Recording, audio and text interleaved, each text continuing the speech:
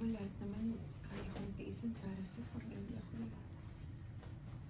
Pero kung ikaw lang yung magiging dahilan na ikamamatay ko dito, kahit nasa kabilang buhay na ako, babalikan talaga kita. Kaya please lang, magpakabait ka na dito.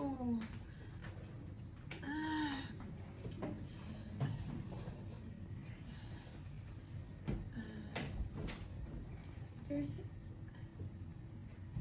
Sarah, sino yung sinisigaw mong Claire kanina?